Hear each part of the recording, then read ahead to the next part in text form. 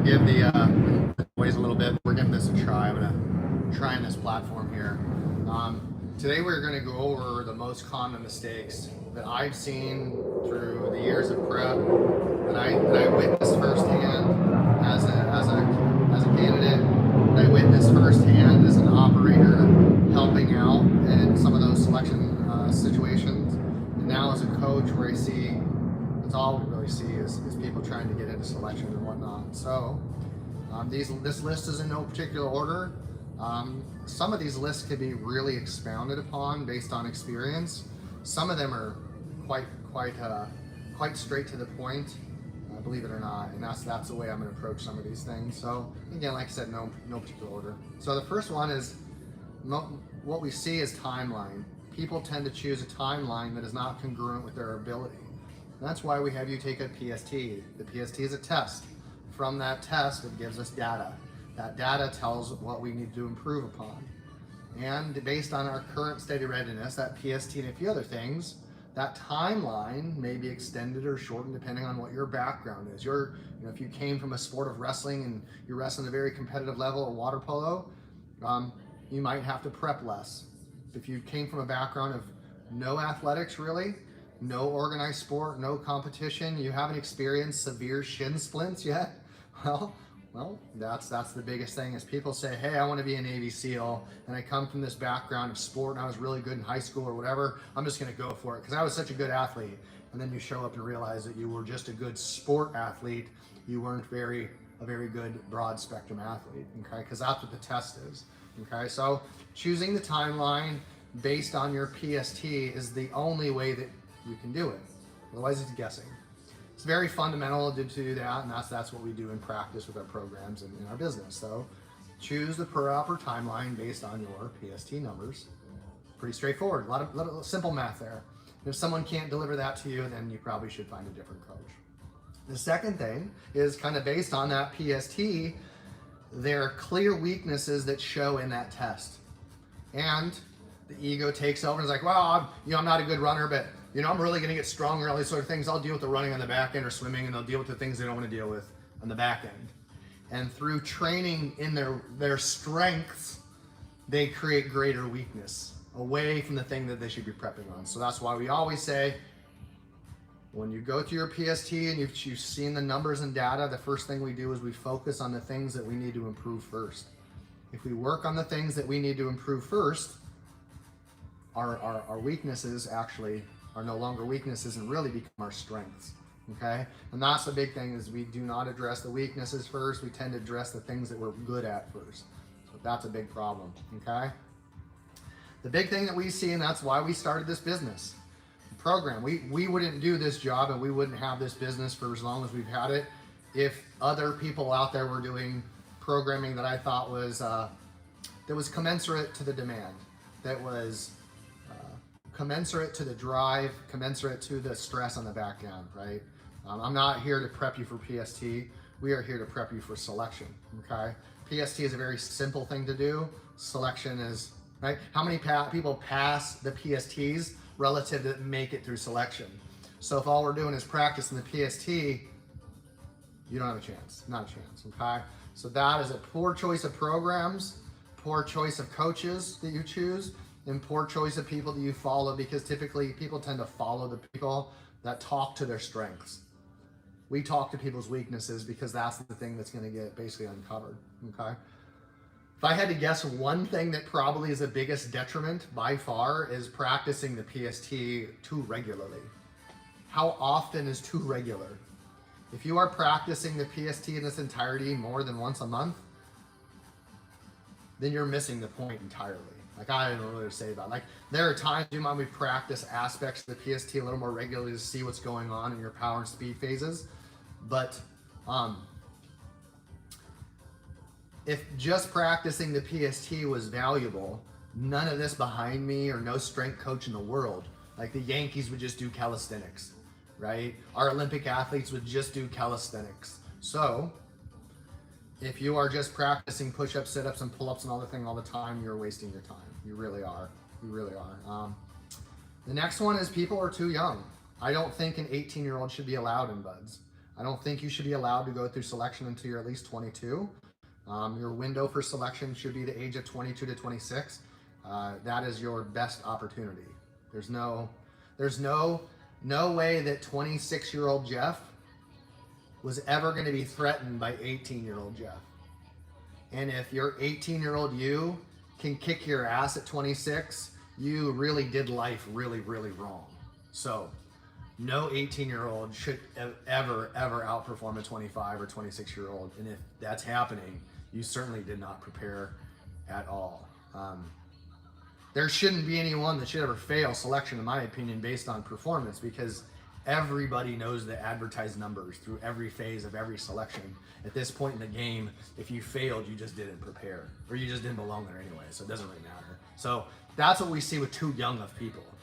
Like, you are physically immature, you're emotionally immature, you've never had your heart broken, you've never been told you're a piece of shit over and over by your coach. You're not hardened because you're being sheltered by your parents. Now, there are certain cases where home life is not that great, and it's a breeze for people to get through selection when they come from a rough life. I didn't. I came from the Partridge family, so all I knew how to do was work hard because I was given a lot of love as a child. So that's the exception. We have guys that they're clearly the exception that also don't come from a broken, battered life. So I'm saying, I'm looking at math. Like, we had 17 and 18-year-olds in my buds class, but that certainly was not the majority, okay? Here's a really weird thing that happens super regular. People think that prep of any sort in the military is somehow going to prepare them. I don't really know what to say about that, other than that's so fucking laughable that the Navy or Naval Special Warfare at selection is going to get you ready. I'm sorry that that's probably the impression that people are under, and you would think, like, it makes rational sense that that's kind of the job of our military. But nobody to that level, nobody in our military has this background, really.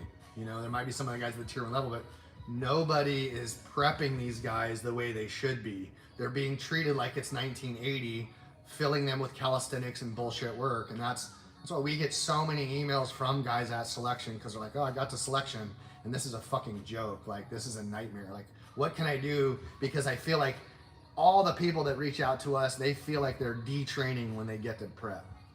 So we have our way through our athletes that we teach and train, and none of those guys have problems, because again, what you did before you went into selection is exactly what you're going to get out when you get to buds prep. If your prep wasn't good, you're not going to get prepped at prep. It's a play on words, it's just a lie. You're not going to get prepped. Okay, it just doesn't work that way. You don't have to take my word, but I will fucking bet my life that when you get to selection and go, oh shit, Jeff was literal. Like, they are not prepping you at buds prep. Doesn't work that way. Okay. This one's fucking laughable, and it says people expose themselves to cold and sleep deprivation before going. It's the dumbest fucking thing that I kind of ever heard, and I'm not really going to just talk about it because I'm wasting my breath. If you are of the belief system that cold showers and unnecessary exposure with sleep deprivation is good for you, you're a fucking moron, and whoever told you that is equally stupid. So stop doing that, okay? Constantly overtraining and doing too many programs at once.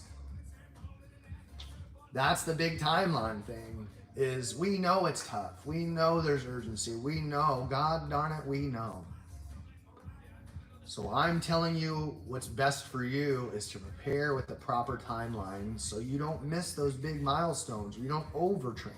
Because we know you have to train all these things, run, swim, calisthenics, So we have to have the proper timeline to develop all of those athletic modalities. If we have the wrong timeline, we are forced to condense all of that, and you and me, none of us have the ability to recover from that much volume. Now, can we fucking do it? Yes. But we're not talking about yoga pants, man. I can walk into Lululemon right now at 215 pounds, and I bet you my fucking life I can put on extra small fucking tights. But it doesn't mean they fit me. So, Just because you do it doesn't mean it's great, but we know how to make it great. That's why our guys succeed at such a fucking high level. They are in their process and they're not guessing, okay? Because they're not biting up, they're going through step by step. In each step that we go, we evaluate. Step, evaluate, step, evaluate. We don't just run blind into selection, okay? And this is the big one and the last one, I guess. Guys just don't learn, right? We have to run, swim, da da da da da, but we all come from these sports. And we think that the sport is specific enough to derive the development of selection. And that is not true. Not even like, I was exceptional at baseball. I was even probably better at swimming. Okay? Baseball, in its athletic nature, transferred to a degree, but all my constant right hand rotation created a lot of left side issues that I still deal with today because of that much specificity of sport. Swimming very much helped me, right? But there is this sense that if you've done a lot of stuff, you're gonna have to become more athletic.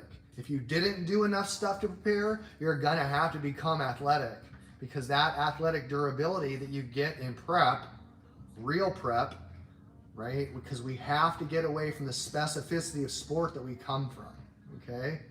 And most people say, I played football and baseball, I can run. No, you don't. You run for that sport, but you're not a good runner. Like, oh, I did this and did this and this, but you didn't swim practice. You're not a good swimmer. So before you work on a timeline, you have to authentically go, okay, do I really need to work on swimming and running, and how much? Because those are the two big ones. Those are the two big ones, run and swim. Calisthenics, super, super easy, okay? But until you address, you've got to be able to run well, smoothly, at least for your body weight. You don't have to be a Boston marathoner. You have to be efficient at your body weight, okay? You have to be efficient swimming at your body weight. And when you're able to do that, then we're saying you need to be efficient with your movement patterns in here. Those three things are drive the greatest durability with your best opportunity for success. There's no guarantee, but the closest thing we have a guarantee is proper preparation. If you follow these guidelines and don't overtrain, you get a good coach, right? You dress your weaknesses first instead of your strengths first, right? You don't start thinking that prep is gonna prep you, because it's just laughably stupid, all right? So, all right, guys, we're gonna go ahead and conclude this, drop this here on YouTube, and I'd love to get I guess, get some more of these done and get the information out to you, because you're being misled. By many people. You're being led by some awesome people, but you're certainly being misled by a lot of this information. So, all right, guys, appreciate your time.